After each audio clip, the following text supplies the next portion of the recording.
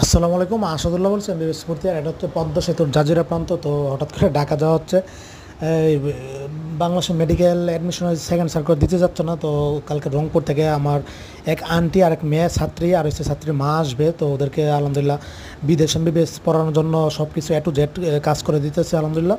আর BMDC eligible certificate timer কয়েকদিন আছে ওঠানোর। হ্যাঁ, এটা না উঠাতে পারলে কিন্তু বিদেশও যেতে পারবা না, বুঝতে পারছো? তো যারা যেতে চাও যোগাযোগ করে, সমস্যা নেই, এ টু জেড সব কিছু কমপ্লিট করে দেবো ইনশাল্লাহ। আর বাংলাদেশ থেকে এমবিবিএস না পড়তে পারলেও বিদেশ থেকে হাতছাড়া করো না। হ্যাঁ, যে কোনো দেশে তোমাদেরকে পাঠিয়ে দিতে পারবো আমার ডক্টর কনসালটেন্সি থেকে।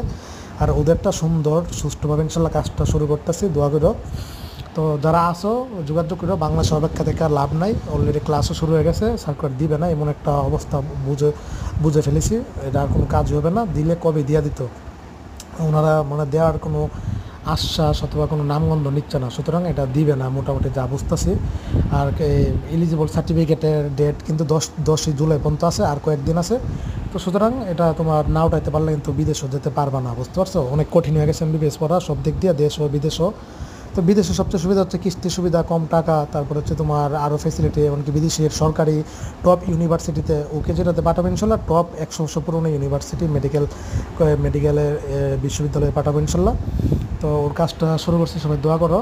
আর কালকে ওনারা আসবে রংপুর থেকে, ওদের সাথে দেখা সাক্ষাৎ করে আমি আবার মেডিকেলে চলে আসবো। তো পদ্মা সেতু আসলে নিয়ে অনেক ভিডিও করছে, ওইগুলি হচ্ছে নৌকাতে ওই ছোটো ট্রলার দেখা যায়, একদম ছোটো ছোটো, একদম বিশাল বড় বড় ট্রলার, এই মাটি যেগুলি ড্রেজার দিয়ে মাটি বহন করে ওইগুলি।